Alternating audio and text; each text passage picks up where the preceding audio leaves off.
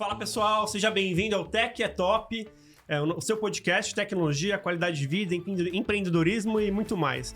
Hoje eu tô aqui com alguns amigos, né? É um bate-papo bem informal aqui para falar de carreira e esporte. Vai ser um episódio épico, acho que você vai gostar muito. Se conecta aí, porque hoje tem muita coisa legal. Eu queria aqui anunciar, então, quem vai me ajudar nesse tema tão bacana, tão divertido, que é o nosso convidado co-host de hoje. O Guto, vou chamar de Guto, né? Mas é José... Guto, é isso aí. Nem minha mãe me chama José de José. Augusto Souza. Ele é diretor de tecnologia da Tecnisa e ele acabou de fazer, faz 1 mês, 2 meses, acabou de fazer a Maratona de Chicago. É um cara absolutamente ligado com o esporte. Maratonista, né? Quantas maratonas, Guto? Maratona eu comecei, né? Meia maratona tem uma pancada, maratona são 2. Já me inscrevi para Berlim, que vai ser a próxima. Aê. É isso aí, Então vamos ele vai embora. ajudar, como ele conhece bastante do tema e consegue conciliar a carreira corporativa com o esporte, que é difícil, é desafiador, ele vai ajudar a gente a debater esse dia incrível aqui com o nosso convidado. Queria apresentar o nosso provocador, nosso comentarista de hoje, que é o Richard Irinievski, é isso, Richard? Quase. Richard Rinievich. Eu não vou tentar repetir, não porque vai não vai dar, dar não. certo. Mas eu vou chamar de Rick Júnior. Combinado. O Rick, ele foi o Sport Manager, o chefe da categoria de triatlon nas Olimpíadas Rio 2016. Ele é presidente da Federação Paulista de Triatlon, uma referência do esporte, principalmente com o que diz respeito à corrida e triatlon e bike também. E hoje ele vai aqui ajudar a gente a debater um pouco esse tema, além de ser presidente da BeLive, né? De uma agência. Isso, eu sou fundador e tenho uma empresa de marketing esportivo que a gente ajuda a produzir aí e provocar, né? Todo mundo aqui a fazer esporte. E eu já participei de algumas provas dele também, muito, muito legal. Legal, seja bem-vindo, Rick. Valeu, Legal. Rafa. E agora eu queria apresentar a vocês o nosso convidado de hoje. O nome dele, acho que é uma pessoa bastante conhecida do mundo do esporte. Vocês devem conhecer, eu vou fazer um grande anúncio aqui. É o Roman Romancini! Bastante conhecido foi exagero, hein? Bastante conhecido foi exagero. Bastante conhecido na nossa tribo de 10. Né? Eu sempre conheci alguém que tinha subido o Everest. Então, cara, é uma honra ter você aqui. Eu vou fazer a sua apresentação. Prazer é todo meu, amigo. Sem muito prazer, mas seja bem-vindo. Obrigado mesmo por você estar aqui. O Roman é um parceiro de longa data, já participou de eventos com a gente, evento social, é um cara que apoia várias causas. Ele vai falar um pouco sobre isso, sobre o pés descalços, né? Não, é o pés livres. Pés livres, eu sempre erro. CMA, pés livres, tem algumas aí que eu... Boa, bacana. Perfeito. Trabalhei em empresas como Ericsson, Nokia, Oracle. A última passagem no mundo corporativo foi na Salesforce, saiu recentemente. Ele era vice-presidente de vendas globais da Salesforce. Então, ele conciliou durante a vida dele o esporte, né, que é uma missão dele como pessoa, é um sonho da vida dele, é o esporte, mas ele conseguiu conciliar muito bem o mundo corporativo como executivo que ele é, e ainda é, né, claro, sempre vai ser, e como atleta. Então, a gente vai tentar entender como você conseguiu fazer esse feito. Porque o mundo corporativo exige muito, né, Roman? Como é que a gente consegue conciliar as duas coisas? O mundo corporativo com reuniões, com atendimento a clientes, etc. E a empresa também, o apoio que a empresa também tem nisso, como é que ela te apoiou nisso, para você conseguir conciliar as duas coisas. Então, a gente queria explorar muito isso hoje, Roman. Bacana. Bastante figurinha pra gente trocar aqui hoje. Sim.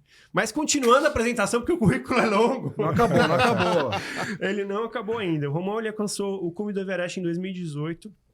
Ele é um montanhista renomado, já realizou o feito, está né, em vias de realizar o feito de subir os 7 cumes do mundo no inverno, já subiu 4, é isso, né? Já subiu 4 no inverno, falta subir o 3 no inverno, né? Para alcançar a marca pessoal dele, que são 7 cumes no inverno, que é um feito, acho que ninguém realizou, né, Roman? Invernal não. O projeto 7 Cumes é um projeto muito bacana que surgiu em 84, também com uma pessoa do mundo corporativo, um empreendedor, empresário americano, Dick Brass, um livro bacana, eu recomendo a vocês, né? Chama 7 Cumes o livro. Que legal. Me inspirou bastante esse livro, né? Tanto na carreira profissional quanto esportiva. Só que ninguém fez isso ainda na versão invernal. E essa ideia surgiu logo no primeiro, né? O primeiro que a gente fez, Nossa. foi a Concagua aqui do lado, né? A gente estava treinando para o Everest e um amigo falou, poxa, por que não no inverno, né? A gente falou, pô, por que não, né? Aí um desafio bacana. Sempre né? tem um louco, né? Sempre tem um ideoso, eu costumo dizer. Eu não gosto de chamar de louco, eu falo assim, sempre tem um ideoso. E aí eu costumo dizer nas palestras, assim, para os amigos dividindo um pouco da história, que coragem é contagiosa, mas olhando para trás, estupidez também. Tem uma hora que não sabe o que você inventou, né? E aí surgiu a ideia de fazer os 7 cumes depois que a gente conseguiu fazer a primeira sessão brasileira do Aconcagua no inverno. Surgiu a ideia de fazer, por que não, os outros no inverno, né? Na época a gente descobriu que o Aconcagua ele normalmente tem em torno de 5.000 pessoas no verão e na história da montanha naquela época só 18 no mundo inteiro tinham feito no inverno. Então ninguém faz esse negócio no inverno. E aí, bom, então vamos fazer, né? E aí seguiu o projeto. Então, dos 7 cumes, eu já estive em 6. Eu tive que voltar a 20 metros do cume. Fiz 5. Conta essa história de voltar a 20 metros do cume. Porque para quem tá de casa, você imagina que um montanhista que tá com o sonho da vida dele, mais um, né? Porque tem vários, chegou a 20 metros do cume e teve que voltar. Que decisão, hein? Eu acho que esse é um episódio à parte que a gente vai ter que fazer. A história é bem bacana, bem longa. Sobre o Denali, que é um dos 7 cumes, é o da América do Norte, no Alasca. O Denali, você chega na montanha num aviãozinho que pousa a 32 quilômetros do cume. Eles teco-tecozinho que levanta em rodas e pousa em esquis. Né? Te deixa lá e volta 3 semanas depois. Então você precisa de absolutamente tudo durante 3 semanas para sobreviver. Dá mais ou menos uns 120, 150 quilos de equipamentos e mantimentos. Né? Então você leva uma mochila e um trenozinho a 32 quilômetros do cume e 32 para voltar. Então imagina, você tem que percorrer 64. Uma elevação... que sai de 2.000 a 6.200. Então imagina você ter que carregar por 32 quilômetros subindo, 32 quilômetros descendo, quase 2 vezes seu peso. Se fosse 32 quilômetros retos e voltando já não era mole, difícil, né? E voltar a 20 metros, né? E fora disso, na temperatura, né? Um lugar totalmente tempestades, nosso. né? As tempestades do Denali são muito comuns, muito bem conhecidas, que você vê barracas com pessoas rolando dentro, assim, pelos ventos. Você tem que cavar, fazer um semi-iglu, botar a barraca dentro para proteger dos... E como foi esse ponto de você chegar a 20... Porque assim, eu achei tão interessante fazer esse contraponto. Chegar a 20 metros de subir, chegar no cume e ter que voltar... E aí você fala assim, para quem é empreendedor, para quem está empreendendo, tem a sua empresa também, às vezes parece que você está perto do objetivo, né? E você tem que parar e falar, não, vamos respirar, vamos ficar vivo, né? Conta pra gente como é que foi o seu conflito mental nessa decisão. O mais interessante sobre a história do Denali é que eu aprendi a discernir o que é meta e o que é o real objetivo. Né? As pessoas perguntam assim, quando você sai para escalar uma montanha, qual é o seu objetivo? Todo mundo naturalmente responde. Qual é o objetivo quando você sai para escalar uma montanha? Chegar no cume. Né? Agora você que fez uma maratona, e se eu falar para você que o cume é o quilômetro 21? Numa maratona, é 21 para cima, 21 para baixo. Então você descobre, na verdade, que essa sutil diferença em onde você coloca o objetivo na montanha, ela é fatal ou vital. Porque você tem que ir, tem que voltar, né? Os 20 metros... Não é só cheguei. Chegou e acabou, né? Não adianta, né? Então você vai dar tudo para chegar nos 21? Acontece o famoso The Wall da maratona, né? Os 30, que você bate ali, você deu tudo até os 21, aquele sobrefôlego, abraço. Acaba ali. Na montanha não é diferente. Então, o famoso Summit Fever, né? Você dá tudo para chegar no cume, aí você esquece qual é o real objetivo. Então, por mais paradoxal que pareça, eu saio de casa com um único objetivo em mente. Voltar para casa. Voltar seguro, né? O cume é só metade do caminho. Isso é um mnemônico que eu uso nas palestras, né? Eu acho que é uma grande lição de vida aprendida, que Summit is only halfway. O cume é só metade do caminho. Então, quando a gente seta claramente o seu objetivo, é uma meta parcial, em última instância, opcional. Eu costumo brincar que o Denali é a vitória da derrota, né? Assim, eu fui derrotado na perspectiva de que eu tinha que fazer o cume. Mas esses 20 metros, eles foram vitais ou fatais na minha decisão. Para voltar. né? Eu tô aqui hoje sentado porque eu não fiz aqueles 20 metros. Incrível. Eu poderia ter E morrido você ali. já teve amigos que não estão mais aqui por conta, né, enfim, é o esporte, né? O esporte de montanha Inclusive, exatamente por este tipo de de decisão. discernimento. Meu grande amigo, o Ideoso, que deu a ideia de fazer o Aconcagua no inverno, era o Ideoso da turma. Né? Em 2006, ele queria ser o primeiro brasileiro a escalar o Aconcagua, o Everest, solo e sem oxigênio. Vitor Negrete, grande parceiro. E ele deu tudo para conseguiu. Só que o objetivo estava no lugar errado. Estava lá em cima. E não E a voltou. decisão de ir sem oxigênio era por questão de peso? Não, era desafio, era o modelo dele, assim como a nossa decisão de fazer no inverno ou solo, assim, era um modelo que ele achava, já tinha feito o Everest no ano anterior, ou seja, um brasileiro super experiente, um atleta super experiente em corrida de aventura, uma das pessoas mais belas, assim, como pessoa que eu conheci na vida, foi muito inspirador o Vitão. E só que ele tinha um objetivo em mente, ele colocou o objetivo e foi lá, como todo esportista, atleta de endurance e tal.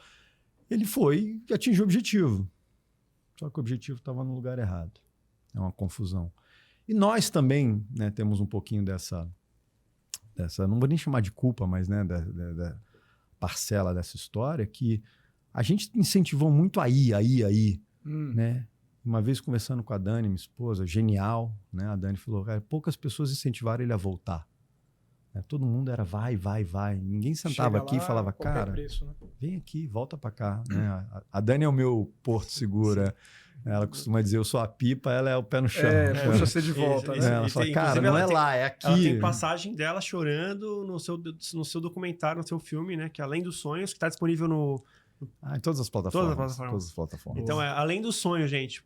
Pesquisa aí no Globoplay, tá no Prime Video, acho que tá em todas, né? Tá em todas, tá nas plataformas vale das operadoras de Inspirador. TV, né?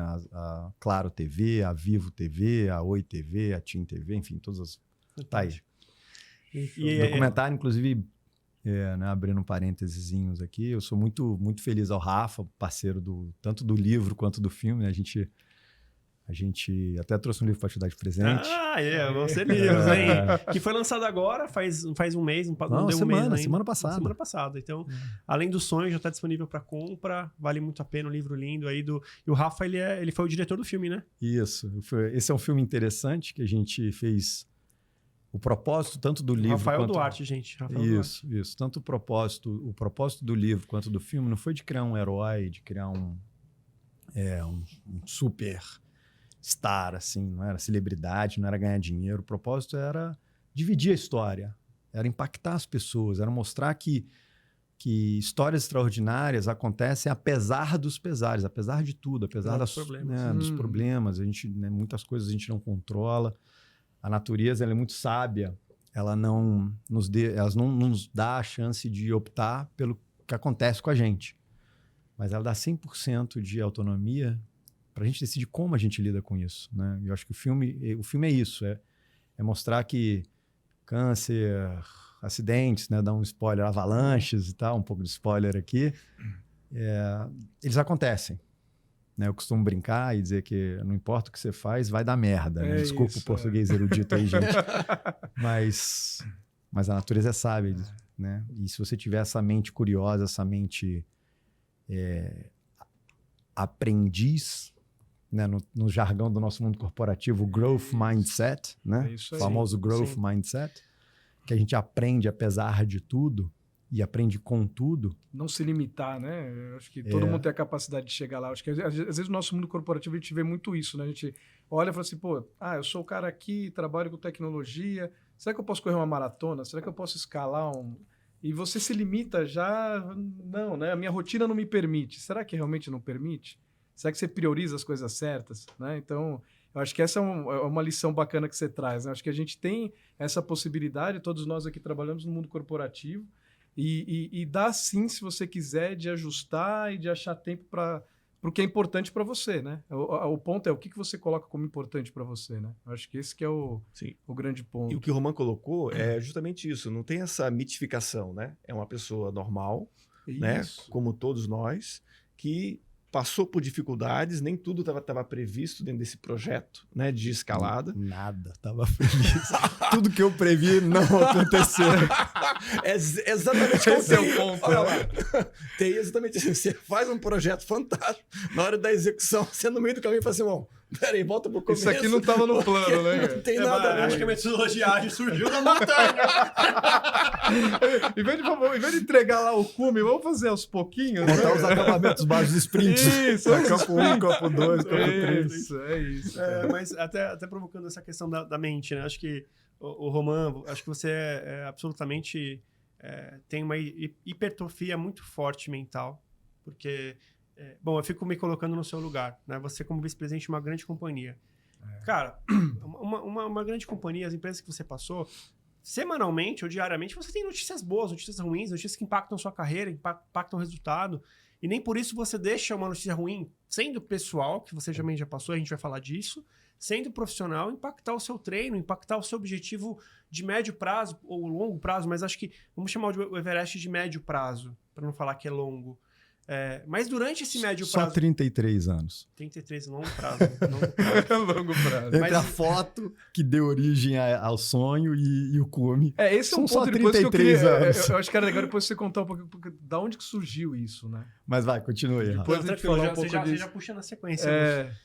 Eu queria saber o que você acha que fez com que você, mesmo recebendo várias notícias negativas, não afetasse o seu dia.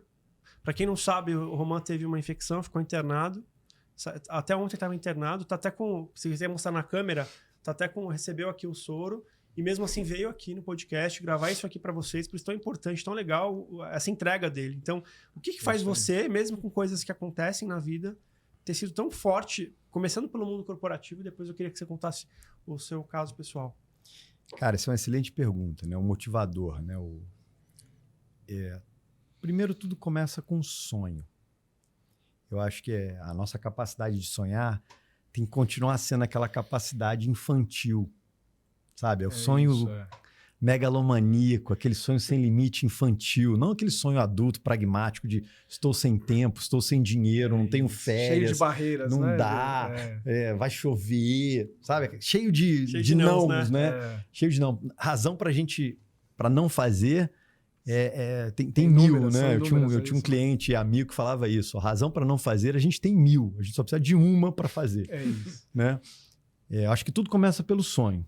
Mas é aquele sonho curioso, né? Acho que sonho e curiosidade estão muito próximos, né? Então, o sonho curioso, aquele sonho infantil.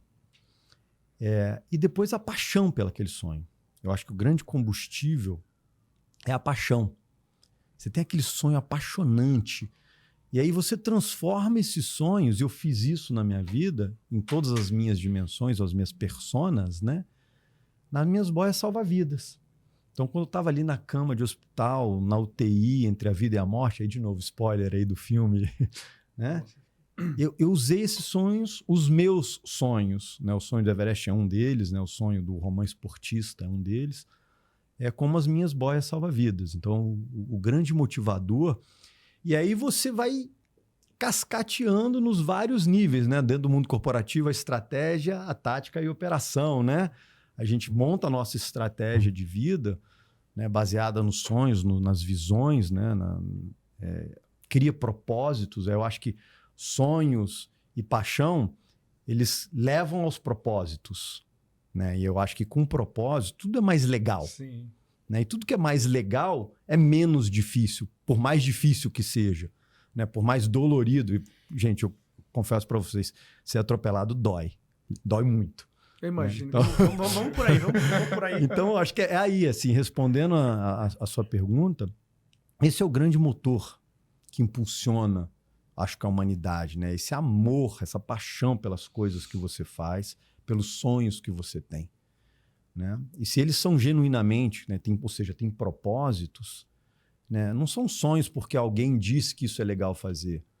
Né? Eles têm um propósito genuíno. Cara, isso é apaixonante. Então, assim, não vai ser um dois dias de hospital, sorinho, que vai me impedir de sentar aqui a contragosto do médico e da família.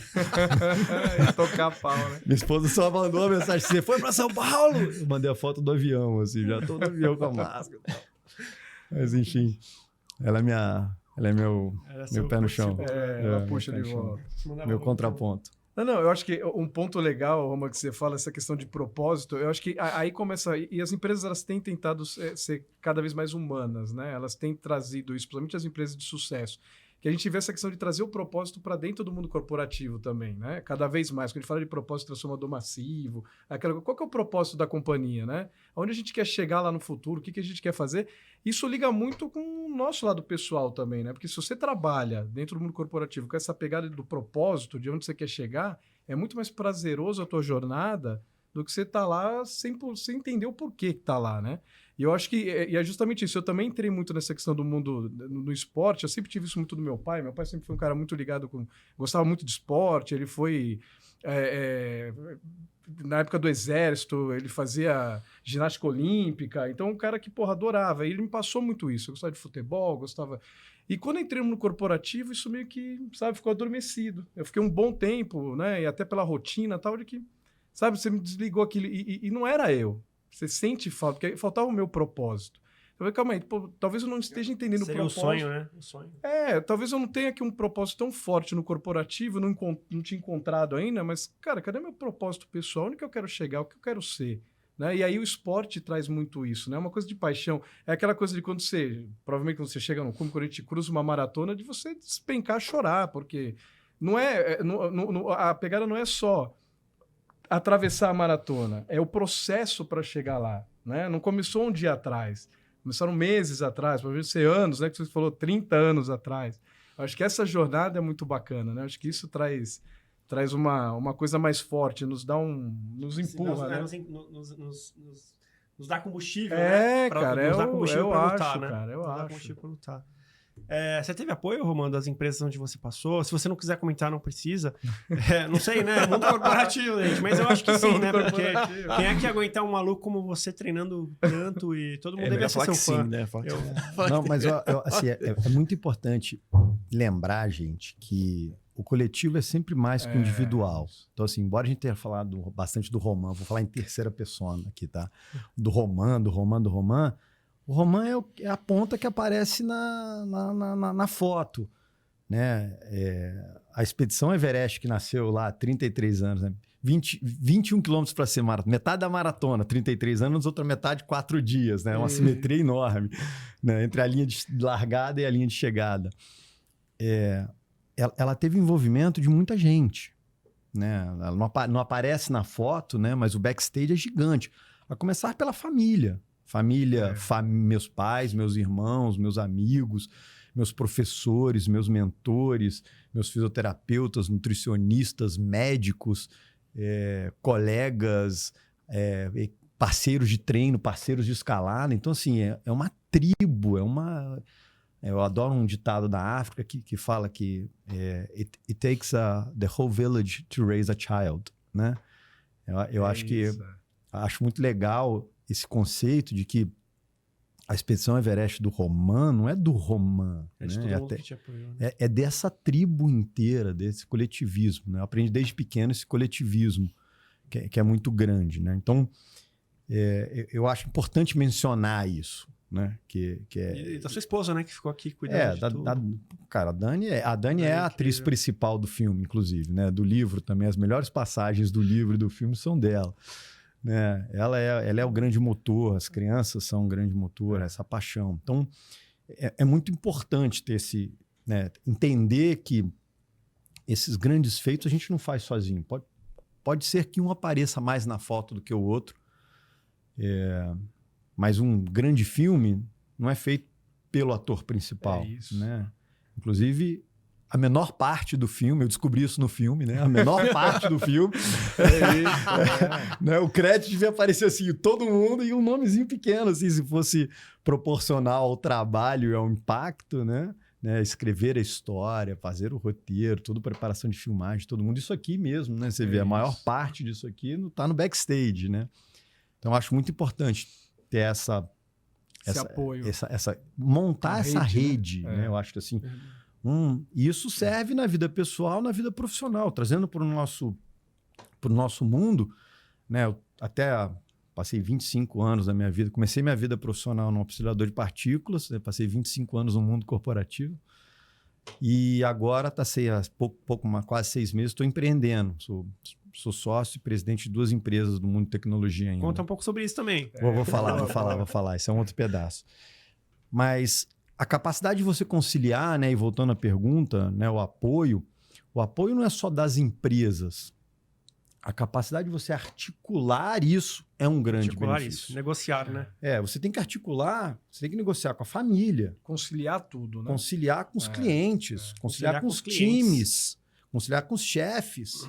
Né? Bater sua meta. Então, a minha meta era bater em Q4, em Q3 para em Q4 tá livre para poder... Imagina, você tá numa empresa onde Q4 era aquela coisa, aquele desespero. Você fala, cara, eu quero estar fora desse furacão, eu quero bater tudo em Q3, Q4, eu quero estar planejando o Q1 do ano que vem. Quando todo mundo tá morrendo ali na tempestade, eu tô no Everest pensando no ano que vem. Olha, uma grande sacada pro empreendedor. Se você precisar de alguém, um executivo de vendas e tal, cara, contrate alguém que quer subir o Everest. Ele vai bater a meta antes. Dá até para esticar mais um pouquinho essa meta aí, porque vai sobrar Q4. E olha que interessante, eu combinei isso com o presidente. Eu combinei isso com o presidente, da primeira vez que eu tentei. Legal, ter isso bem acordado. Eu combinei isso com meus clientes, eu combinei isso com o meu time, combinei isso com a família. Imagina eu negociar com meu filho e com a minha esposa, que faz aniversário no mesmo dia, no meio da temporada, que eu devia estar sentado no campo base do Everest. Então, cara, não tem jeito. Eu falo, vou ter que perder seu aniversário, né? Então, toda vez que eu vou para o Himalaia, no período pré-monções, eu tenho que negociar em casa e dizer, olha, então, será que eu posso perder o aniversário e comemorar de lá? Então, assim, é uma negociação, é quase que o alinhamento dos astros, né? Então, tentando de novo voltar à sua pergunta, não é só o apoio da empresa, é o apoio do seu mundo. Do seu mundo. O mundo inteiro. A empresa é um pedaço do mundo, né? E o seu mundo não começa na empresa. Ele começa dentro de casa, dentro da família. Então, tá certo ali. Um sonho seu não pode virar um trauma familiar. Inclusive, esse é o motivo pelo qual eu dei uma pausa nessa saga do Everest entre 2014 e 2018. Né? Foi por isso que eu dei uma pausa entre 2004 e 2007. Porque você provoca um equilíbrio dentro do teu ecossistema. Quer dizer, não adianta o teu objetivo ou meta, né, de chegar até lá, passando por cima desses vários entes, né, que fazem parte, a parte profissional, a parte de relacionamento, só querendo atingir uma meta individual. Quer dizer, você provoca um equilíbrio e sustentável, né? Quer dizer, olha só, a gente está enxergando aqui a sustentabilidade, equilíbrio, ecossistema, tudo aquilo que a gente trabalha, né, em todos os prismas, de uma forma muito bacana, dentro de um exemplo, né, de conquista de uma meta, né, de chegar ao cume, de uma forma bem ampla. Isso é muito bacana. E aí tem um conceito legal da física, já que você fala de equilíbrio, que a gente normalmente, quando pensa em equilíbrio, a gente pensa em equilíbrio estático. Mas o equilíbrio mais perene é o equilíbrio dinâmico. Que, se você for pensar a natureza, ela nunca está parada. Né? Nós temos um clima. E o clima está em equilíbrio, mas é um equilíbrio dinâmico. Então, quando a gente traz esse conceito para a vida, e exatamente pegando, né, o seu comentário brilhante, é que se a gente consegue criar não só esse equilíbrio dinâmico, o que é o equilíbrio dinâmico? Que horas as prioridades mudam, né? Igual marés, né? Elas vão igual as bolinhas, né? Eu me sinto assim, você vai equilibrando os pratinhos para poder conciliar a vida, né? Eu gosto mais das bolinhas. E das bolinhas de diferentes materiais. Bolinhas de vidro, bolinhas de madeira, bolinhas de borracha e bolinhas de pedra. A pergunta é, quais as bolinhas que tem que estar no ar o tempo inteiro? Então, não é só um equilíbrio dinâmico, mas é priorização junto com o equilíbrio dinâmico. E aí você faz gestão de tempo. Voltando para o nosso mundo corporativo, você faz gestão de prioridades. Você reprioriza, uma coisa que a gente aprende nas montanhas. E aí você cria a base não só estática, que é o equilíbrio, mas você previne a destruição. Então, um projeto destruir outros... Porque você cria essa base de equilíbrio dinâmico, cujos projetos ganham prioridade. Seu projeto de vida pessoal ganha uma prioridade, depois seu projeto de vida profissional volta a ter prioridade, depois seu projeto de vida familiar ganha prioridade, e assim você vai criando um equilíbrio entre as prioridades, as bolinhas. A bolinha de vidro não pode cair. Essa é a família. A bolinha de borracha, às vezes cai, mas você pega ela de volta, deixa cair. Se eu tiver que escolher entre uma de vidro e de borracha, deixa de borracha. A bolinha de madeira pode cair, mas eu sei que eu vou ter que depois ter um esforço adicional de abaixar para pegar. A bolinha de pedra, mesma coisa. E é uma bolinha que é difícil de carregar. Então, saiba priorizar muito bem e não encher sua mão de bolinha de pedra, porque essa é difícil. Porque esse é o ponto. Porque você começa a deixar essas bolinhas caírem, no final você vai estar só com a bolinha de pedra ali, e aí?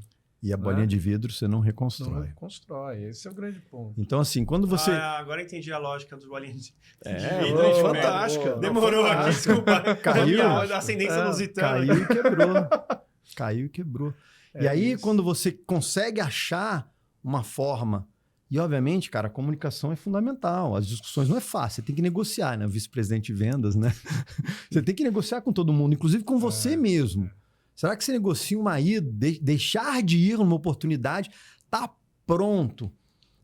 Uma vez eu tive um convite, fui escalar na Bolívia com os amigos e um dos grandes alpinistas, um cara que eu admiro muito, que é o Valdemar Niklevits.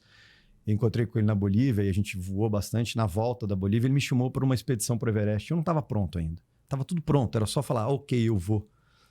Né? Eu falei, cara, não. E aí, às vezes, você negociar isso com você mesmo, né? Começa primeiro e criar esse ambiente, pegando um pouco da sua fala, né? De criar as condições estáveis que não só não destroem outros projetos, porque, cara, tudo que eu não quero é realizar um sonho e destruir minha família. Sim. Ou realizar um sonho e destruir minha carreira. Ou focar na minha carreira e destruir minha família. Quantas histórias dessas a gente vê, né? Tô falando isso porque eu quero chegar num ponto que, para mim, é um mantra de vida. Então, assim, você cria as bases estáveis para construção. E não esse jogo de mais e menos, de soma zero, né? Que você faz um projeto, destrói outro e, no fim... Né? Você não saiu do lugar. Tá deficitário sempre em algum lugar. Alguma dimensão sua tá deficitária. Por que eu falo isso? Para mim, a vida é E. Ela não é ou. Então, se você consegue entender o que são as suas personas fundamentais, ou suas dimensões fundamentais, e cada uma com seus propósitos fundamentais, e consegue equilibrá-los numa simbiose de coexistência. Então, o Roman pessoa, e o Roman pai, e o Roman cidadão, e o Roman executivo ou profissional, e o Roman esportista, eles têm que coexistirem. Todos eles precisam coexistir para que o Roman multidimensional, lá no fim de vida, fala, poxa, tive a minha vida que eu quis viver. Valeu. Fui feliz, não fiquei frustrado, não escolhi uma bolinha de pedra em vez de... E é um equilíbrio dinâmico, porque isso muda, né? A hora que você é pai, né?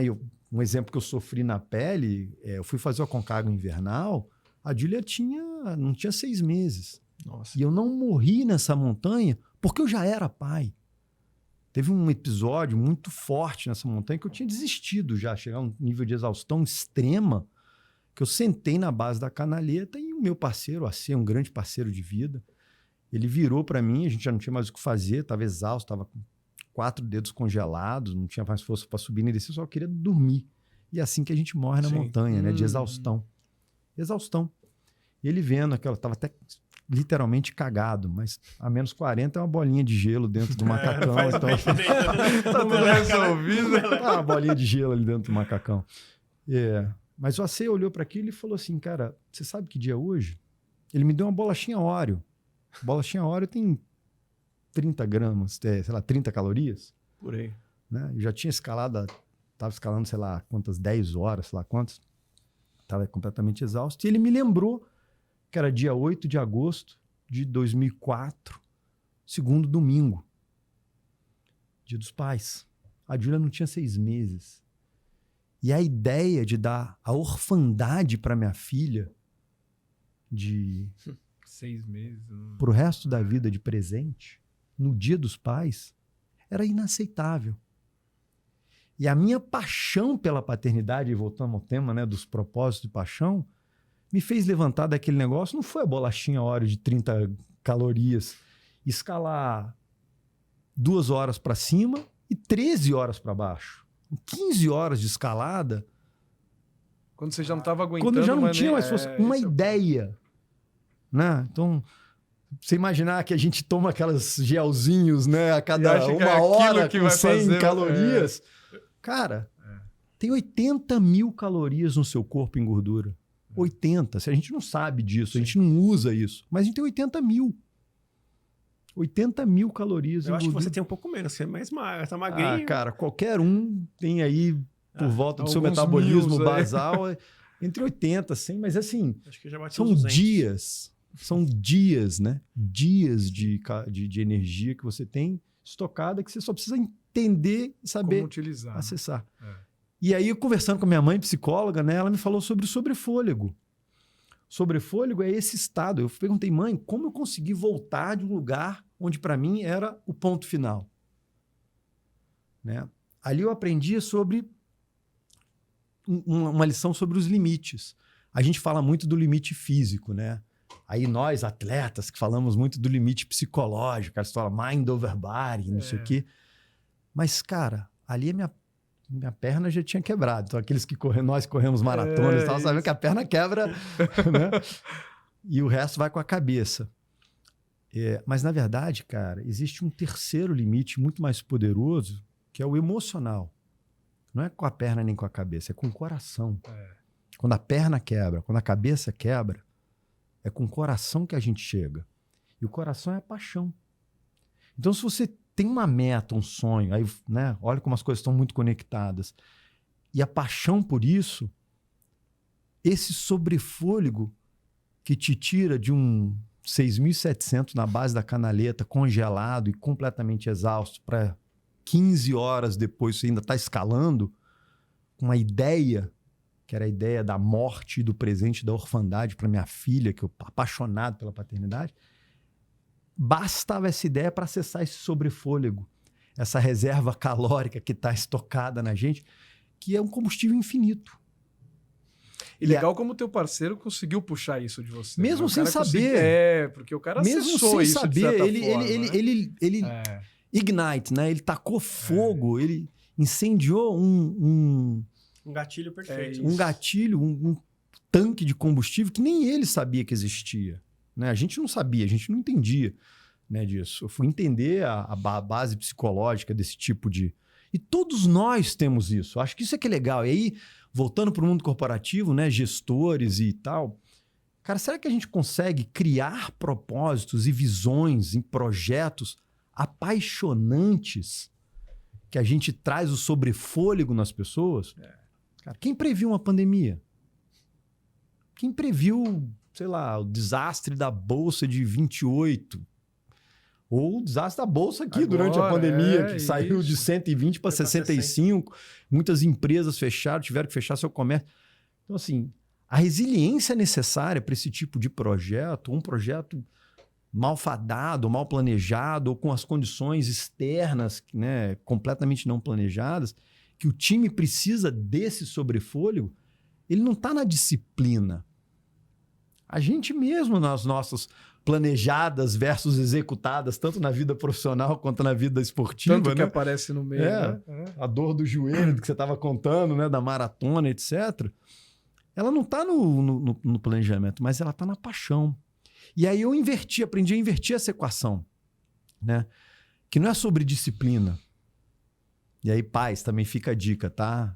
Semeiem paixão, ensine os métodos, a disciplina vem.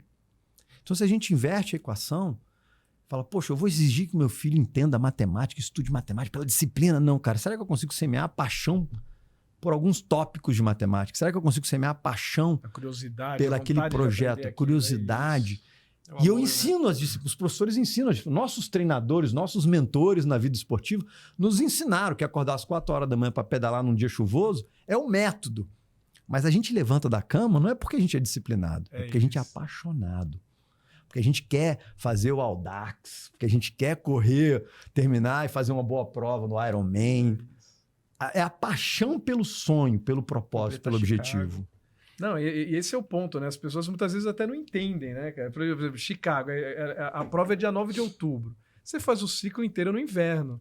E você vai correr lá também, eu corri, no sábado tava 4 graus, no domingo fez 6. E lá é a cidade do vento, né? O Venta pra caramba. Aí você fala assim, pô, você tá congelando. Aí você fala assim, cara, você vai acordar às 4 da manhã pra sair no meio da garoa pra correr 30 quilômetros. O que tem na tua cabeça? Porque o cara fala assim, cara, fica na cama quentinho e tal, mas é a paixão. Quando você tem a paixão, tu vai pra cima, cara. Você não... E aquilo não é algo difícil, para você é prazeroso. Na hora que você completa, você fala, pô. Mas é muito bacana, quando você conversa com alguém que não é do meio, né? A gente tá falando sobre esporte, no meio corporativo, a pessoa fala assim, nossa, mas o que você ganha com isso?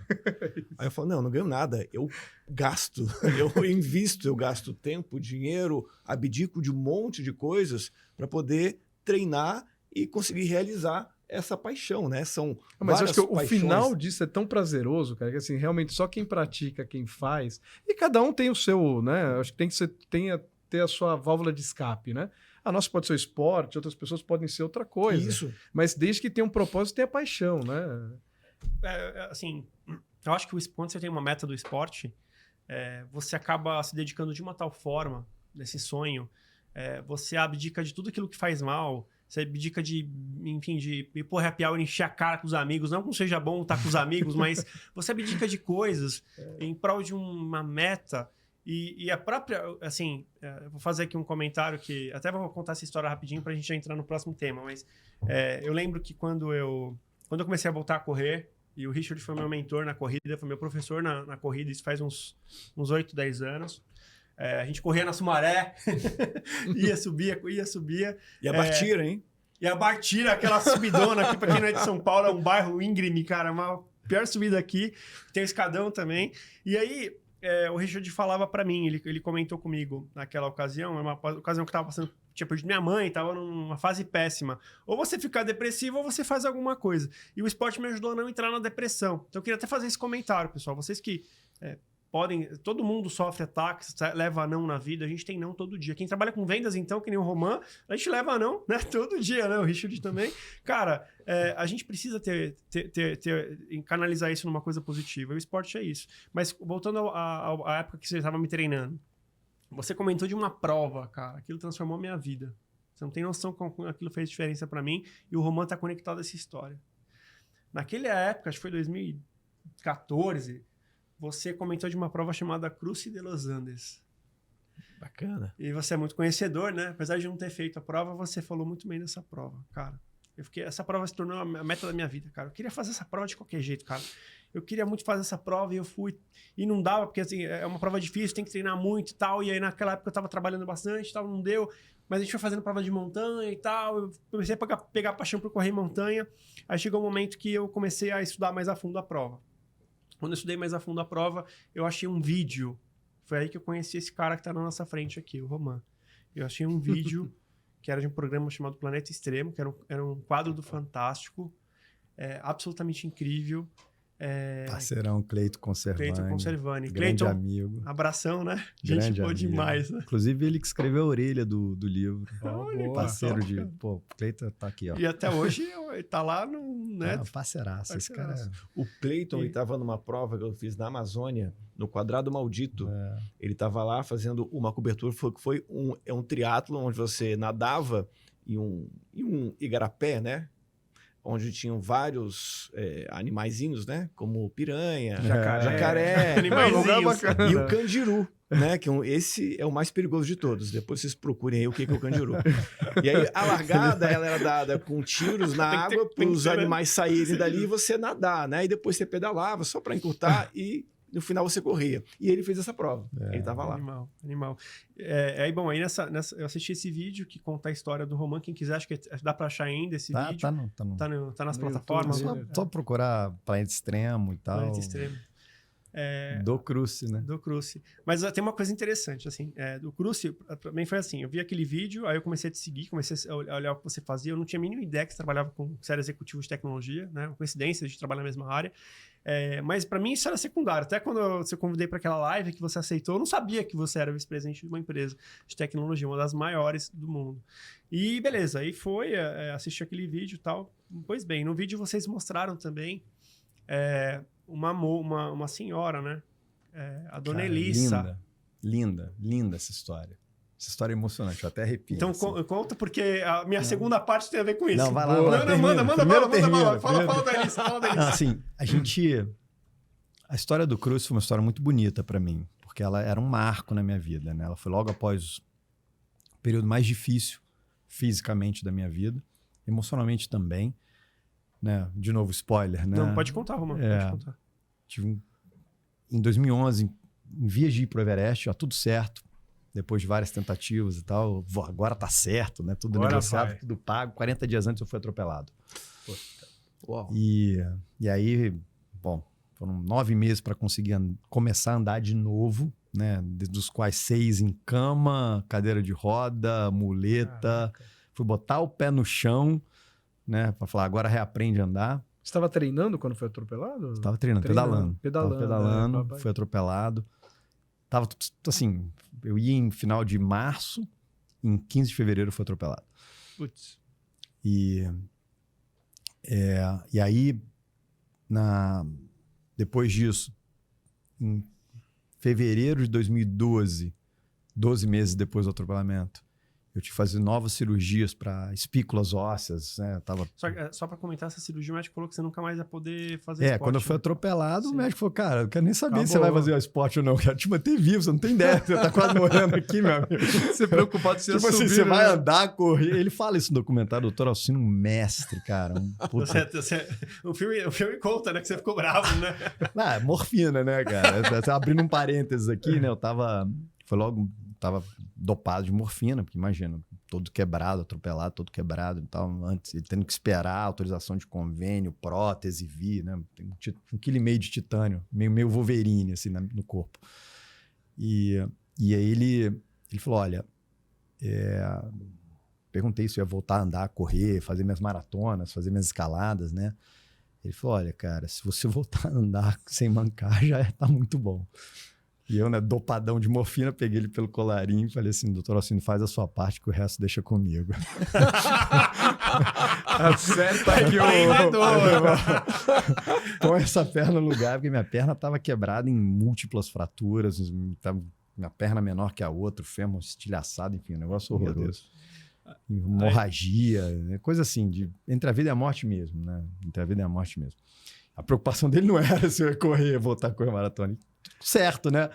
Deixa o cara vivo. Vamos fase 0. Faz sentido, né? Fazia sentido. Né? Fase 0. Vamos ver, deixar o cara vivo. Fase 1, vamos correr construir a perna. E assim vai. Então, 12 meses depois você teve mais um susto. Isso. E aí, né, esse período todo esse ano para recuperar. E o Cleiton, parceirão, acompanhou. Fez várias expedições comigo. Tava com a gente no Aconcagua, tava com a gente no Denali e tal. E aí, cirurgia em fevereiro de 2012. E no final de fevereiro, um câncer. Falei, puta caramba, merda. Eu olhava pro céu assim e falava, dá pra dar um spoiler aí, qual é? Mas antes de chegar em casa e falar pra sua mulher que todo aquele um ano, na verdade, era só o capítulo introdutório.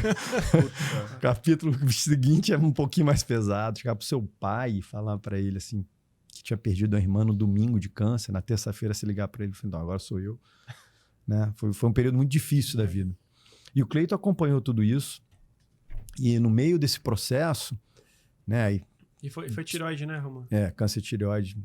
Tirei tireoide, enfim, fiz todo o processo. Tratei, tá passando essa fase. O Cleiton, no meio do ano, né, de 2012, eu ainda de muletas, recuperando a cirurgia, ele falou, cara, vamos contar a sua história aqui no Planeta Extremo, né? Aí eu falei, poxa, vamos, Cleiton. Cara, vamos correr uma ultramaratona, tá? O Cruz de Los Angeles, assim, de muleta, tipo...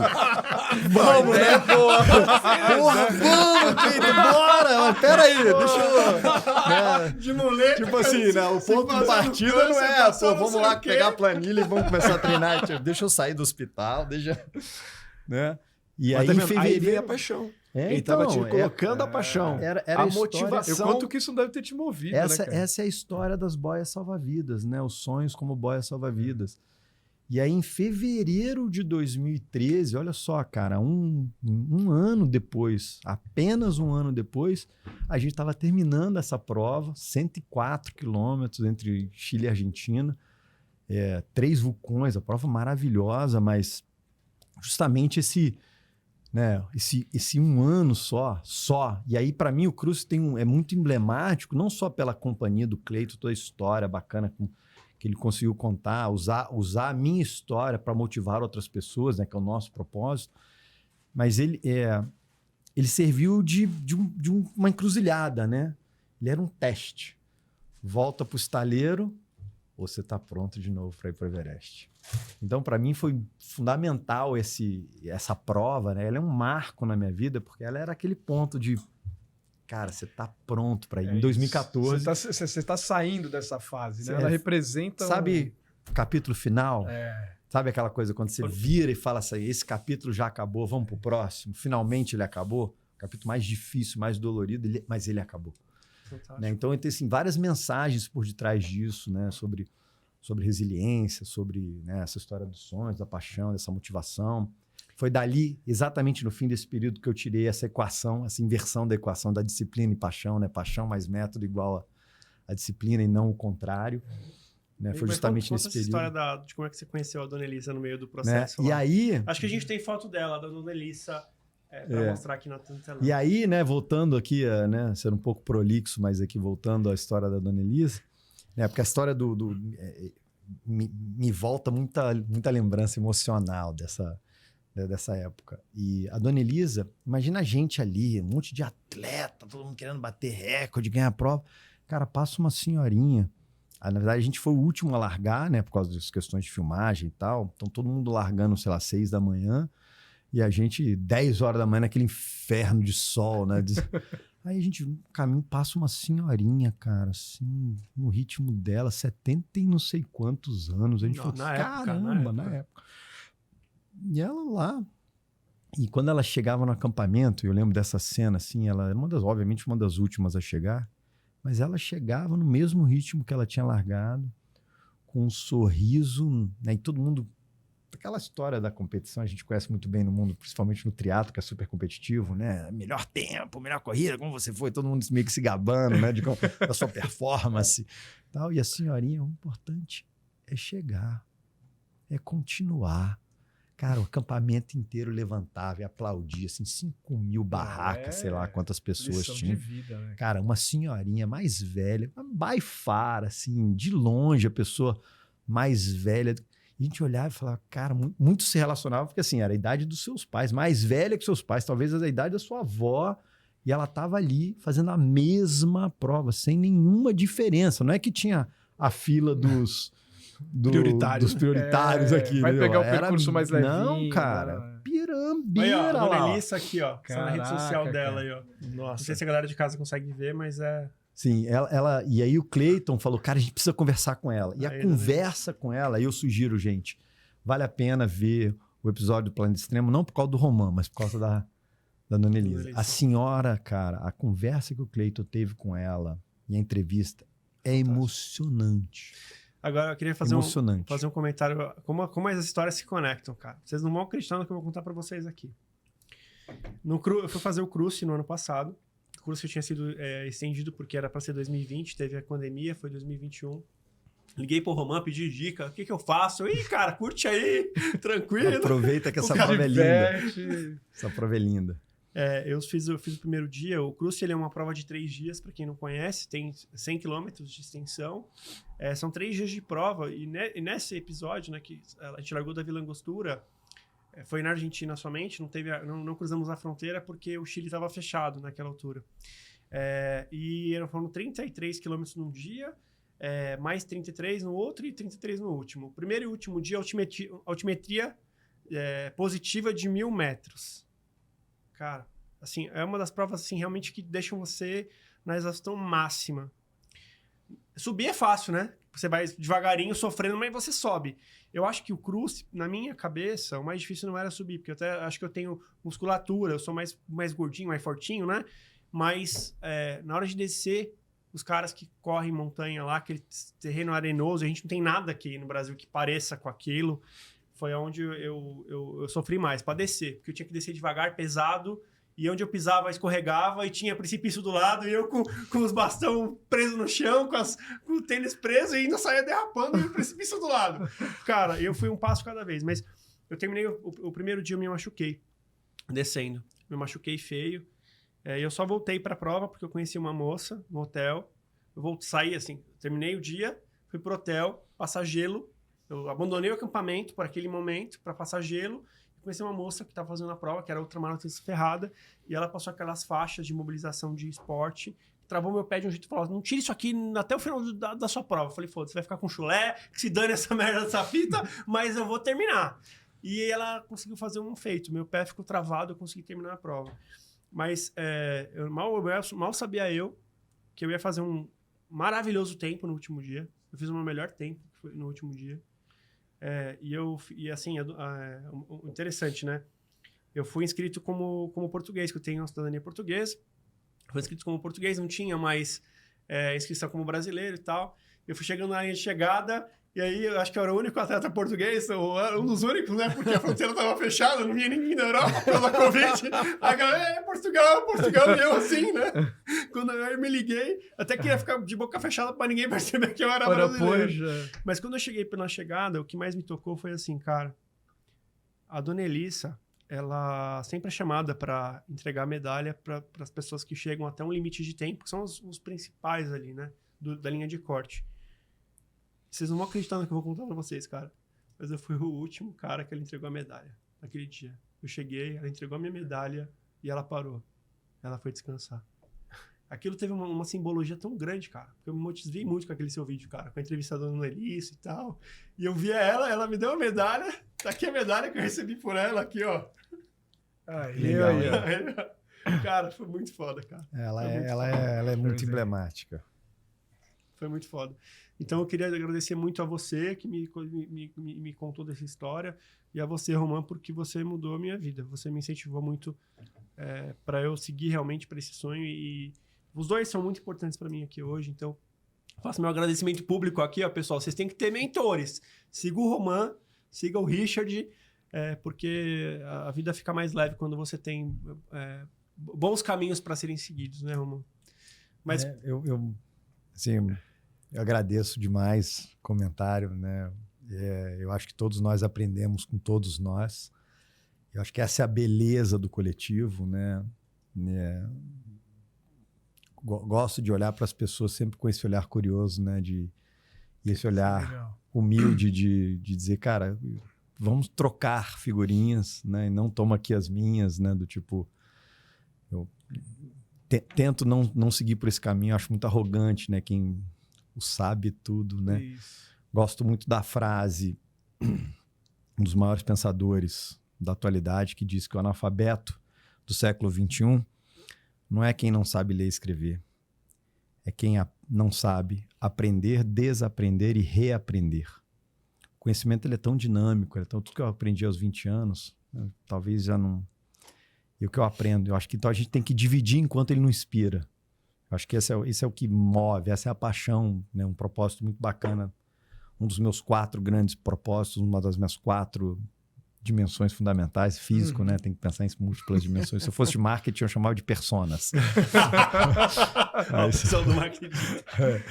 Então, assim, das minhas 4 personas ou meus 4 dimensões fundamentais, uma delas é esse, o propósito fundamental dela, da persona cidadão, é dividir o que eu aprendi, aprender com quem está a fim de dividir, né? E desaprender e reaprender constantemente e criar esse coletivo. Se todo mundo se ajudar, o coletivo fica cada vez, todo mundo cresce, né? O coletivo fica cada vez maior. Uma última pergunta, depois você me ajuda a provocar, Guto. Você acredita em Deus? Porque, assim, eu não tenho a menor dúvida que quando eu peguei a medalha da Dona Elissa, aquilo tinha uma simbologia, foi Deus que me fez chegar ali. Até porque o Cruz, cara, é uma prova que é um passo de cada vez, você tem que estar ali, presente. E você teve uma história interessante. Você passou por tudo isso, né? Desde a primeira tentativa ao Everest, aí passou pelo atropelamento, pelo câncer. E subiu o Everest em um dos melhores anos que o Everest teve. Teoricamente foi 2018, que 2019 teve muito acidente. 2018 teve também, mas 2019 teve mais avalanches. E parece que de lá para cá o Everest não é mais o mesmo, né? Tá muito complicado. E teve a pandemia. Se você não fosse em 2018... E 2019... Foi ali na... foi no... sim. Não. Essa pergunta. Se você acredita em Deus e se você acha que... Qual a conexão que você vê? Deus, energia do universo? O que que você enxerga com relação a isso? Vamos lá. Eu sou muito curioso também nessa área de religião, né?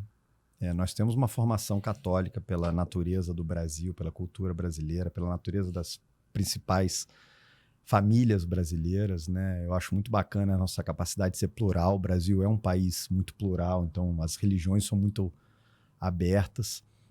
Fico um pouco triste em ver que a gente tem polarizado demais, não só a religião, mas outros campos também, né, do Brasil.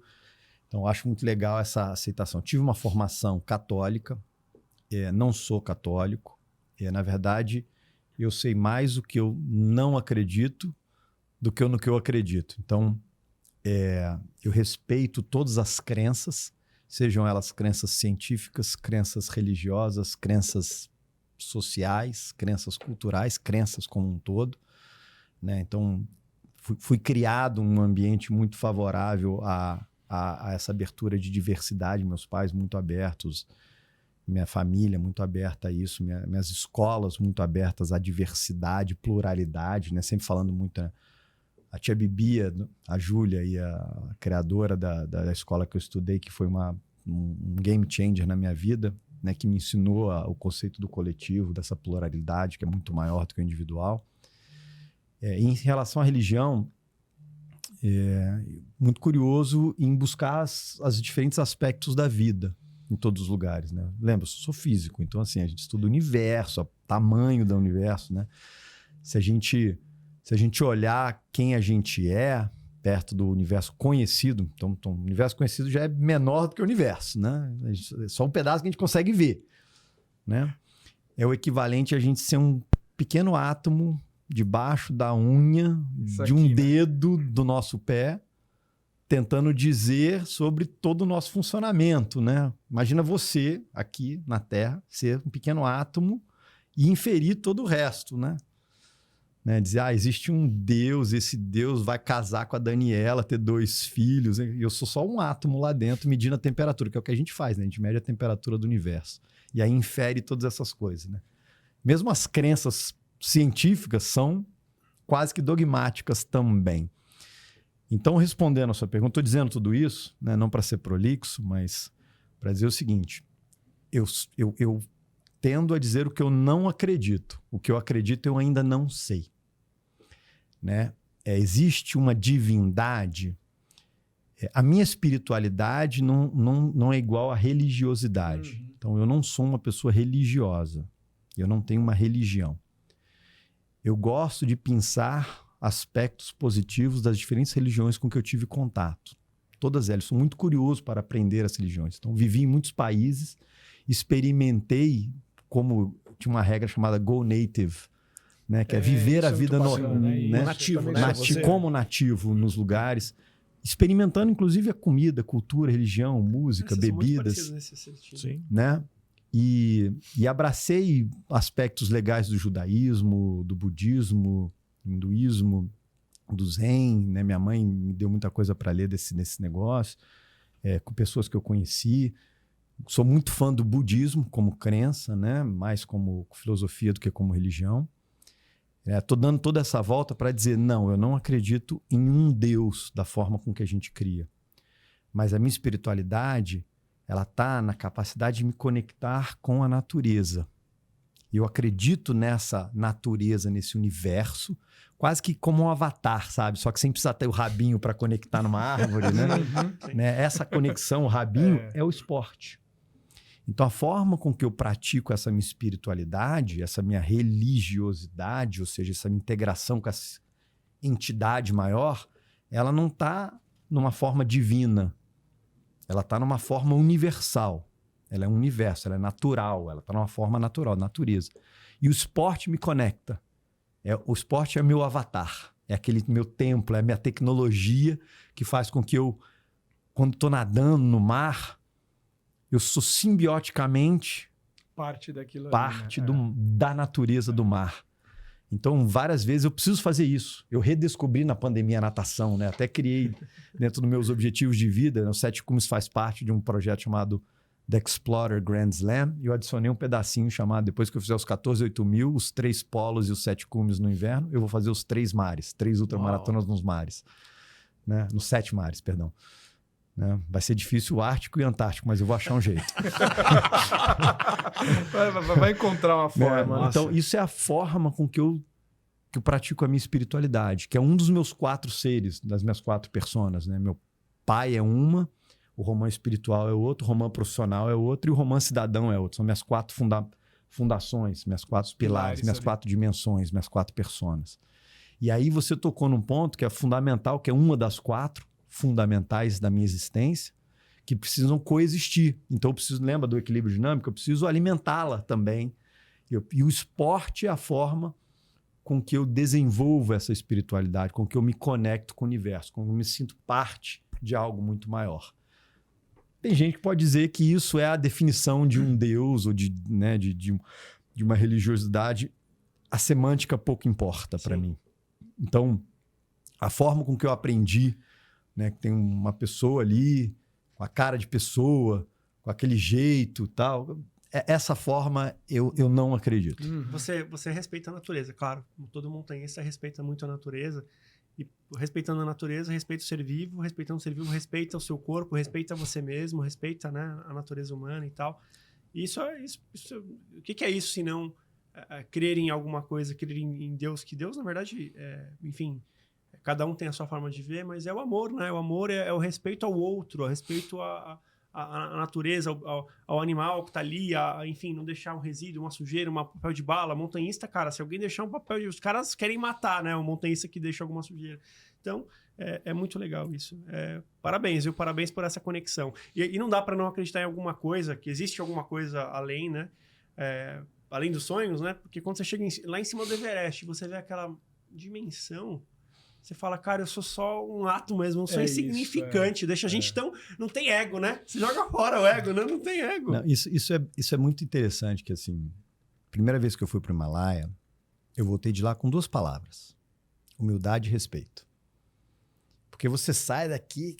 o montanhista que fez isso. Primeira ascensão brasileira, primeira ascensão isso, primeira ascensão daquilo. Né? Vai pavãozão, vai enchendo o peito e tal, carreira de sucesso, pai e tal. Sabe? O sucesso, ele é deceiving, como dizem em inglês, né? Ele é perturbador, ele meio que te engana, é um canto da sereia. Inclusive, cara, eu falava isso pro RH das grandes corporações, que eu falava que o programa de talentos da empresa, ele é o pior canto de sereia que a gente pode implementar numa empresa. Porque você pega um cara muito bom, cria condições muito controladas e muito favoráveis para o cara florescer. Você tem que fazer o contrário. Você tem que pegar os melhores caras e colocar nos problemas mais difíceis, não nos mais fáceis, para poder fazer ele florescer. Porque você precisa dos caras bons nos lugares... E todo mundo é talento de alguma forma. Então, o programa de talentos, ele é excludente. E a gente fala de ESG, a gente fala de inclusão, a gente fala de diversidade e, incoerentemente, a gente fala de um grupo seleto de talentos. É isso. Como assim, gente? Porque o cara é talentoso. Muito naquela pegada do growth mindset, né? Que você fala assim, cara, qualquer um pode chegar lá. Talvez se a gente colocar as mesmas condições para um outro, ele tem um pouco mais de dificuldade, dependendo da situação, mas não quer dizer que ele não possa chegar lá, né? Que ele não pode ser um cara de sucesso, que ele não pode alcançar. Eu acho legal na tua história também esse ponto, cara, que assim, um cara, um baita executivo, um cara, dedicado ao esporte e tal, e às vezes, cara, uma coisinha assim, é um exame que você pega aqui e teu mundo faz pum. Cara, você tem que recomeçar de novo, cara. Então, assim, nada garante a gente que isso aqui vai se perpetuar por quanto tempo. É verdade, assim, a consciência de que você tá vivo, a consciência de que a vida que a vida tem um limite, te deixa dando muito mais valor para cada segundo, né? Nem tudo está sob o nosso controle, né? Esse é o grande ponto. Tem coisas que é o que a gente fala, tem coisas que vão aparecer no meio do caminho que tu não sabe como que você vai lidar, às vezes você não está preparado para lidar com aquilo, por mais situações que você tenha vivido, você vai ter, são desafios, cara. Eu vejo que o controle ele é ilusório. Ele é uma série de elementos que a gente procura construir para nos dar um pouquinho mais de segurança, mas na verdade a gente não controla nada. Nada, é isso. O mundo ele é autômato e ele interfere da forma como ele quiser. E eu acho isso muito interessante quando a gente se dá conta a gente cresceu num mundo corporativo, numa filosofia corporativa de comando e controle. Isso. Então, assim, se você pensar até as estruturas hierárquicas, o que é um supervisor? O que era um gerente? É isso. Nada mais era o cara que gerencia O que o outro está fazendo. os processos. Né? Comando e controle, comando e controle. E a gente está se dando conta que isso, no modelo Fabril, ok, lá atrás, né? Nasceu com Fordismo, né? Pós-era industrial, comando e controle, comando e controle. Aprendemos com isso, mas precisamos evoluir, porque isso é mais de um século, né? Está super outdated, né? Super defasado. E quando a gente muda de um conceito hierárquico de comando e controle, de uma filosofia corporativa de comando e controle, passa as diferentes aceitações e entende que igualdade e equidade são distintos, né? Ou seja, você dar as mesmas condições, isso não é equidade. Isso é igualdade. O que a gente quer é equidade. É dar as mesmas condições de sucesso, não as mesmas condições. Coisas tão simples quanto inglês. Você não pode dizer aqui, ó, a gente fez isso na Salesforce, a gente aboliu, embora uma empresa americana com headquarters, a gente aboliu o inglês como sendo um pré-requisito. É fundamental? É. Mas se você não tem, vem cá, eu vou te dar uma condição diferenciada e vou te treinar de inglês para que você largue a maratona do mesmo ponto de partida dos outros. Que legal. Então, assim, a equidade é você balancear as condições e não dar as mesmas condições. E quando você entende isso, você é até um melhor pai. Cara, porque os filhos são diferentes. Você é um melhor marido, porque a sua mulher é diferente de você. Ela pode estar em condições diferentes no tempo. Então, exigir dela sempre as mesmas condições o tempo inteiro não é nem justo. Não é nem justo. Exigir do seu time isso. Então, quando você começa a desconstruir o que você aprendeu, né? Estou falando de construção e desconstrução, né? História do analfabetismo do século XXI. Você começa a desconstruir o modelo de comando e controle e criar esse modelo de equidade que permeia a base da reconstrução corporativa como um todo. Né? De você trazer, e não só corporativa, pessoal também. Né? E aí você traz essa equidade que é, eu não tenho que dar as mesmas condições, eu tenho que ajustar as condições para dar as mesmas condições de sucesso. As mesmas chances todos, de sucesso. Isso, você vai equalizar todo mundo, né? Você tentar deixar todo mundo. Isso não significa que você não vai querer jogar ele numa situação de estresse, né? Como você falou, para provar mas quem aí é o cara bom. vai se desenvolver mais até, né? Porque Bingo. eu acho que quando você dá o cara não vai subir o Everest tranquilo. Ah, vai lá que é tranquilo. Não é tranquilo, cara. E isso faz ele ser um atleta melhor e faz cada vez se desenvolvendo mais. Né? Eu acho que é o desafio que te move e a gente vai crescendo com isso, né? Se a gente não consegue trabalhar isso com os nossos, né, com as nossas equipes, você vai ficar lá protegendo o cara aqui e falando que o cara é um ótimo talento, legal. E na hora que o cara for para a fogueira, como é que ele se sai? Como é que ele resolve? Né? Isso é o que mais acontece. Isso é o que mais acontece. Se você pegar vários filmes, isso retrata. Tem um filme fantástico entre Ford e muito bom. Ferrari. Ali é um exemplo disso. Pega um cara que era super, hiper talento do grupo Ford, o cara quase destruiu, né? O Ford versus Ferrari ali. Então, assim... É um bom exemplo. São vários. A gente tem vários exemplos. Assim, eu convivi com... Eu vi pessoas brilhantes se tornarem medíocres por causa desse canto da sereia. Eu fui programa de talentos em todas as empresas que eu tive e ou saí da empresa ou saí do programa porque isso me destruía, não fazia crescer. Eu olhava essa bolha e falava, cara, eu quero ir para Guatemala, eu não quero ir para Nova York. Né? O pessoal, vamos para Nova York, vocês têm prioridade. Cara, eu quero ir para roubada, eu quero aprender. Em Nova York eu vou fazer drive test. Na Guatemala eu vou sentar com o ministro, com o presidente, entendeu? Que legal. Tudo bem, Nova York, lindo e maravilhoso. Cara, Guatemala, quem ouviu falar? Eu nem tinha ouvido falar da Guatemala na época que eu fui morar na Guatemala, né? Então, assim, quanto pior, melhor. Porque... E aí, outro dia eu li um post muito bacana, que eu já nem lembro de quem era, mas eu guardei a mensagem, assim... Não mate o leão... não crucifique o leão do dia, né? Todo mundo fala, pô, eu tenho que matar o leão do dia. Coitado. O contrário, né, cara? O leão do dia é o que vai te fazer o excelente caçador. Isso. Queira ter um leão por dia para matar. E é justamente aí que vem o esforço, né? Quer dizer, quando a gente treina, a gente provoca a dor, a gente provoca a desconstrução para justamente melhorar, para ficar mais forte. Então, quando a gente faz um treino de intensidade, né? Então, A gente está justamente chegando no bioquimicamente, limiar. A gente está cada vez mais evoluindo. Então, se você ficar parado vendo Netflix, nada contra né, a Netflix, mas você vai ficar parado, fisicamente falando. tudo a Se favor, você- tudo a favor das plataformas.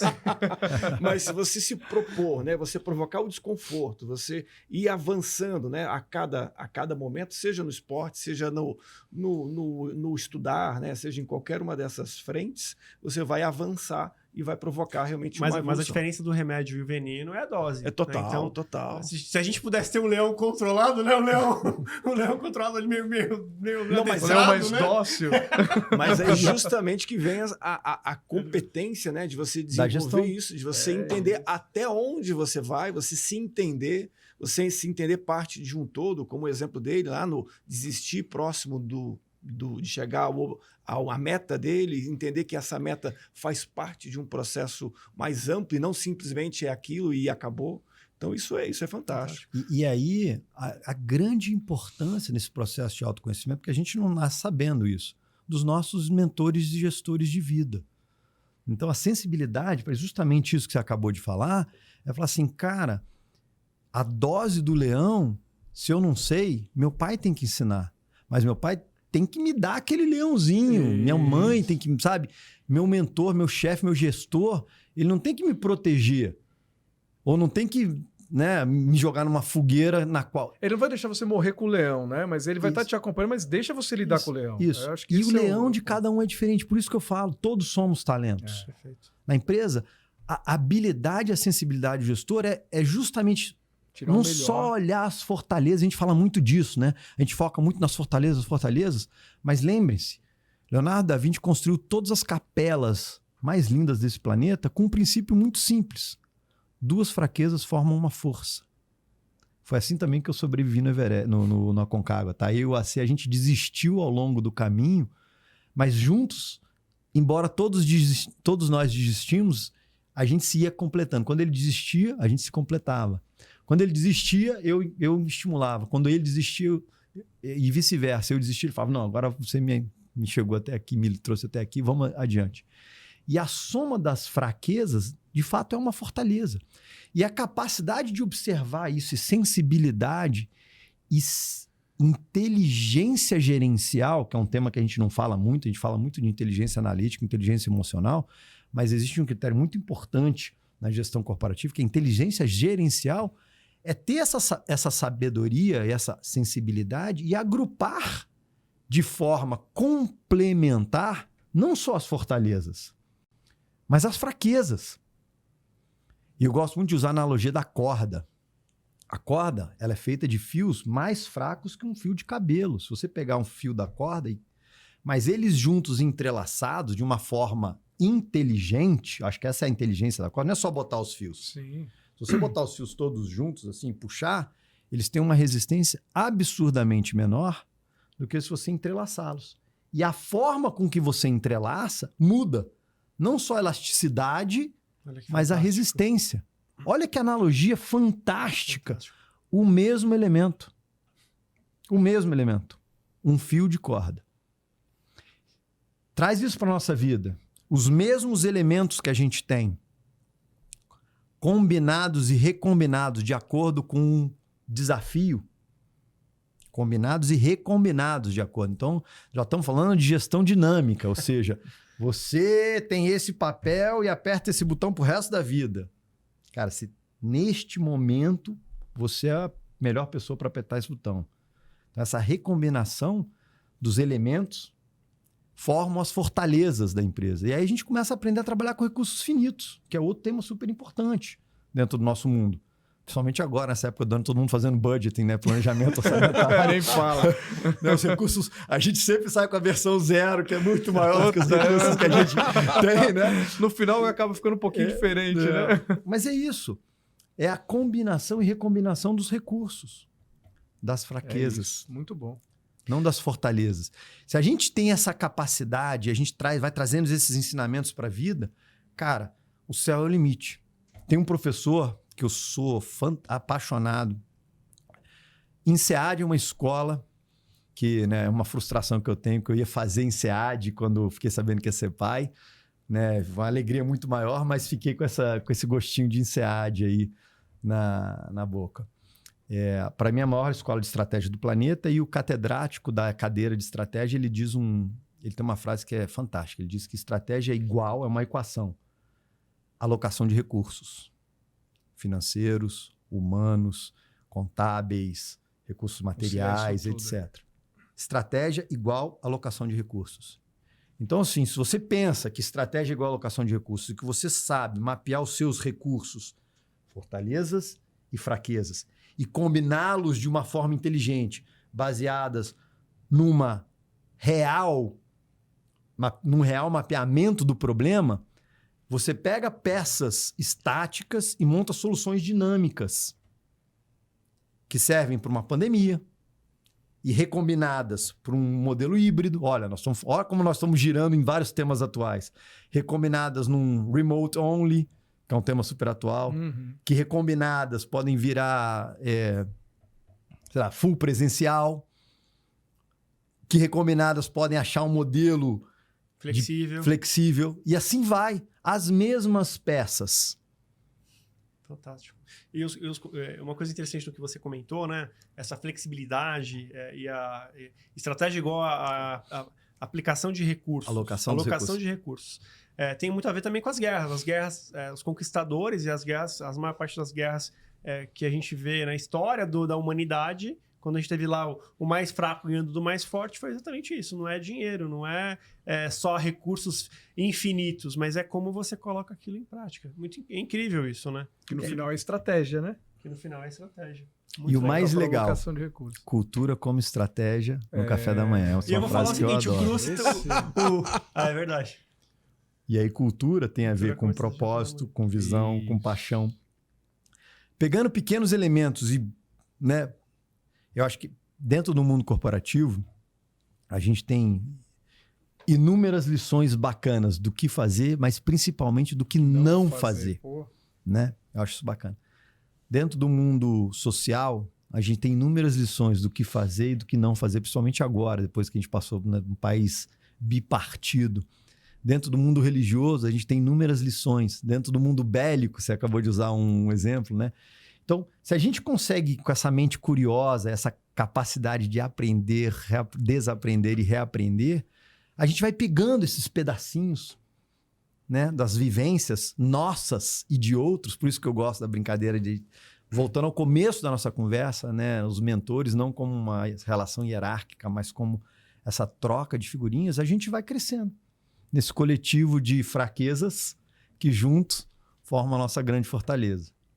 Isso é muito bacana. Eu acho que, e principalmente esse ponto que você colocou, cara, a gente tem que estar disponível a desaprender e aprender de novo. Eu acho que esse é o principal ponto, porque se o cara se fecha para aprender o que está acontecendo, como o mundo está mudando, cara, não evolui, e não é só como profissional, como ser humano, como pessoa, você para no tempo, cara. Acho que essa questão de você falar assim, não, realmente, calma, tá na hora, isso aqui talvez não sirva mais. Serviu em algum momento, é a caixa de ferramenta, né? Naquele momento, para esse problema, ele serviu. Hoje, talvez não sirva mais, cara. Descarta, vamos pegar algo novo. Tanta coisa surgindo, os modelos de trabalho, tudo que a gente vem aprendendo todo dia. Eu acho que isso que é o ponto mais bacana, né? Você está evoluindo o tempo todo, cara. E para mim, o primeiro passo nesse processo de desaprender é se livrar do ego. Isso, esse eu é o acho principal ponto. Eu tenho um exemplo legal da empresa agora que eu estou tocando, né? Todo mundo fala, presidente, Mas por falar nisso, conta das suas empresas, aproveita já. Vou falar um pouquinho, né? Fui chamado para me juntar ao time de sócios aí da Mobcare e da Across, que são duas tech boutiques, né, do mundo de tecnologia e principalmente focado em telecom. E nesse processo a gente olhou assim e falou, cara, esse negócio de ser duas empresas e tal é muito confuso. Vamos juntar e fazer uma marca, pelo menos uma marca única. A gente continua com CNPJs, com as finalidades, como linhas de negócio e tal. Mas para a estratégia de comunicação no mercado, vamos fazer uma marca só. E aí, nesse processo, que é um aprendizado fantástico, né, cara? Você sair de uma empresa grande, que já vem tudo definido, o headquarter, a cartilhazinha, toma aí e implementa, né? Por mais que seja VP Todos global, de não sei o quê. Tá, Cara, toma aqui e executa, né? Agora não. Você vira para a direita, vira para a esquerda, desce, não acelera, não vai. RH, marketing, qualquer direção. Freia, acelera, volta. Vamos comprar a empresa, não vamos se juntar, não vamos. Cara, assim, decisão 360 de tudo, né? De absolutamente tudo. Isso é muito legal. Tá sendo uma fase riquíssima de aprendizado. E a gente estava ali, né, tocando esse tema que a gente estava falando agora, né, de despir do ego. Todo mundo fala, presidente e tal, e aquela história do ego, né? CEO, todo mundo adora todo mundo é CEO, quer ser CEO de alguma coisa, né? E volta a perguntar, né? O porquê, né? Qual o propósito por detrás disso? E a gente estava falando da marca e do logo. E aí, cara, eu falei, puxa, eu já tinha um logo na cabeça, já tinha pensado, já estava tudo, cara, um negócio que para mim tinha todo sentido, com toda a estratégia, com tudo. Mas na linha de perguntar mais do que afirmar, né? Um exercício que é super difícil de fazer, né? Por mais que você queira falar alguma coisa, pergunte. Isso é um exercício bacana. Né? Foi um curso que eu fiz que foi super engrandecedor, de teoria de comunicação. E na linha de aprender e desaprender, né? Eu dei o desafio para a turma nova de marketing. Falei, cara, pensa aí na marca, no logo, né? Nessa história da unificação, o que é melhor, qual o nome, a gente adota um, adota outro, adota os dois.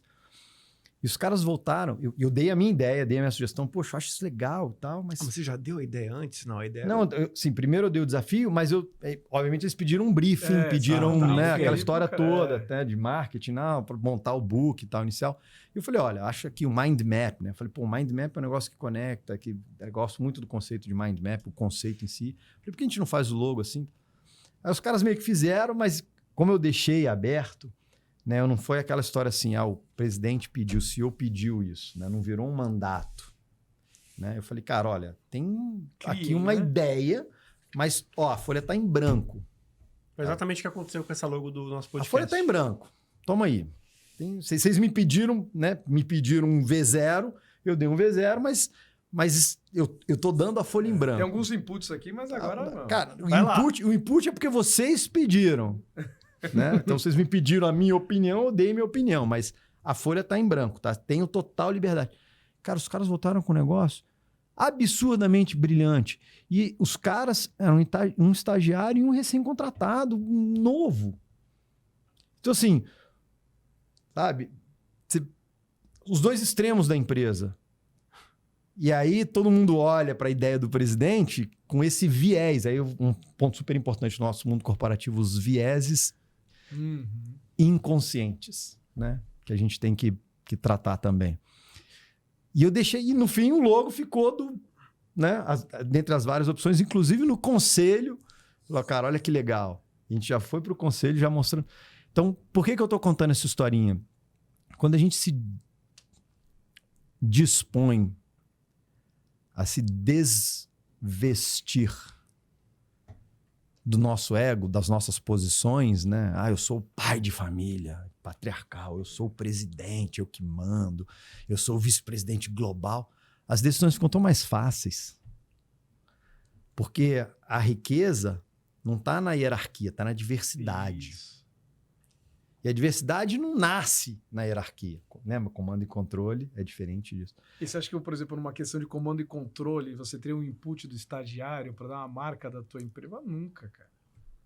E olha que coisa legal. Teria contratado uma agência, 2 agências. Porra, cara, a gente pagou, tá? By the way, a gente, na gestão anterior à minha, tem um processo com uma agência que criou tem uns pedacinhos legais que a gente... Claro. Mas, cara, eu dei o desafio pra galera.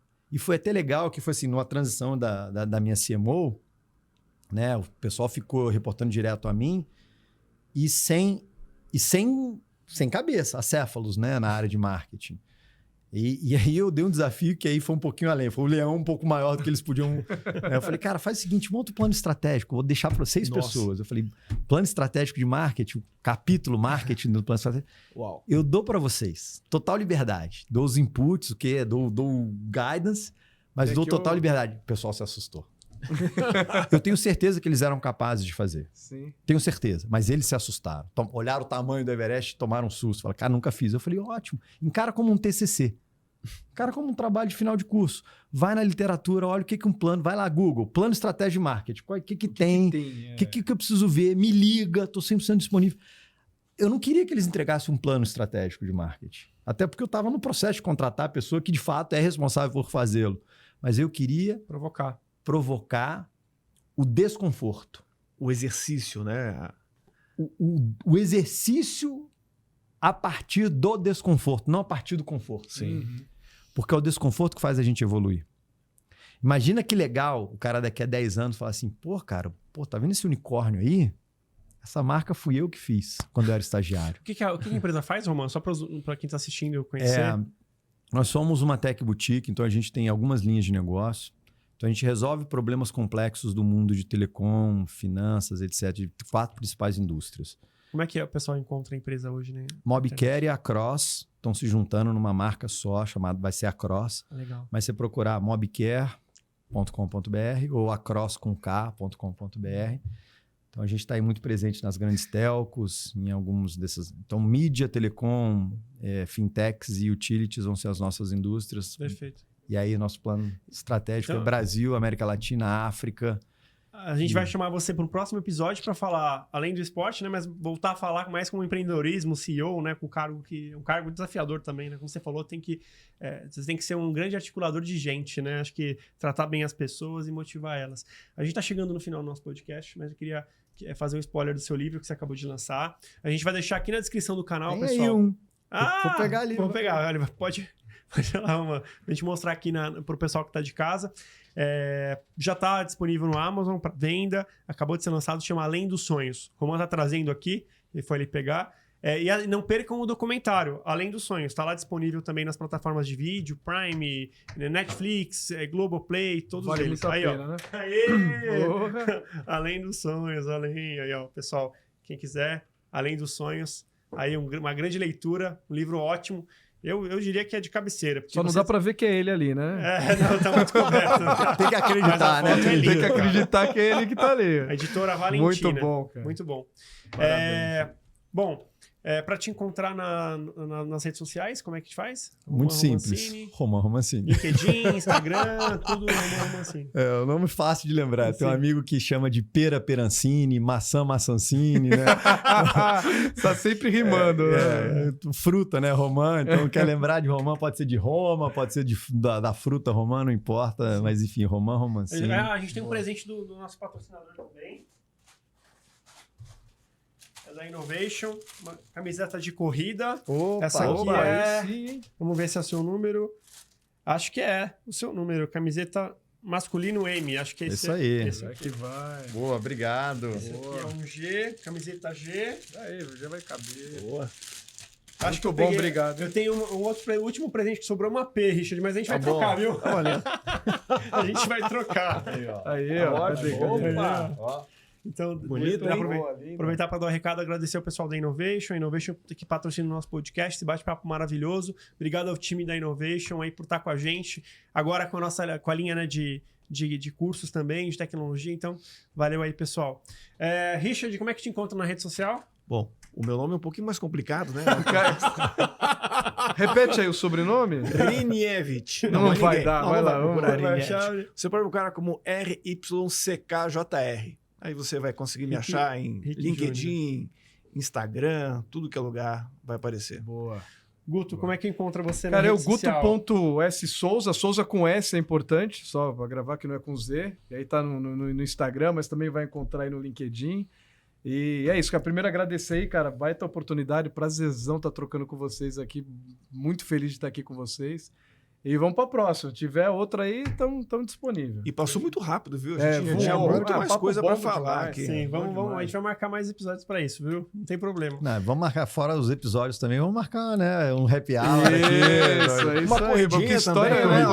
Vamos lá, vamos. Um treino lá no Rio, ó, quem quiser fazer. Ó, o Rio não turista. Vou postar na rede social quem quiser treinar com a gente. Ia ser legal, né? Ia ser legal. Vamos lá, cara. Ó, triatlo e corrida também, ó. Pode procurar também, a gente tem. Pronto, já estamos abrindo mais uma empresa aqui agora. A gente já tem... Quem quiser treinar aqui, já tem uma equipe boa aqui. Então eu queria agradecer muito a sua audiência, obrigado por ter participado desse episódio épico, que a gente falou bastante sobre liderança, sobre o esporte, motivação, resiliência, como você consegue lidar com... ter um grande sonho, te ajuda a aguentar, né, o impacto dos nãos que a vida nos dá. Então, espero que você tenha curtido. Vamos ter muito mais episódios aqui com o Romano, ele vai ser convidado sempre aqui nosso, né, cadeira cativa. Muito obrigado e até a próxima, pessoal. Tchau, tchau. Valeu, gente. Valeu. Boa.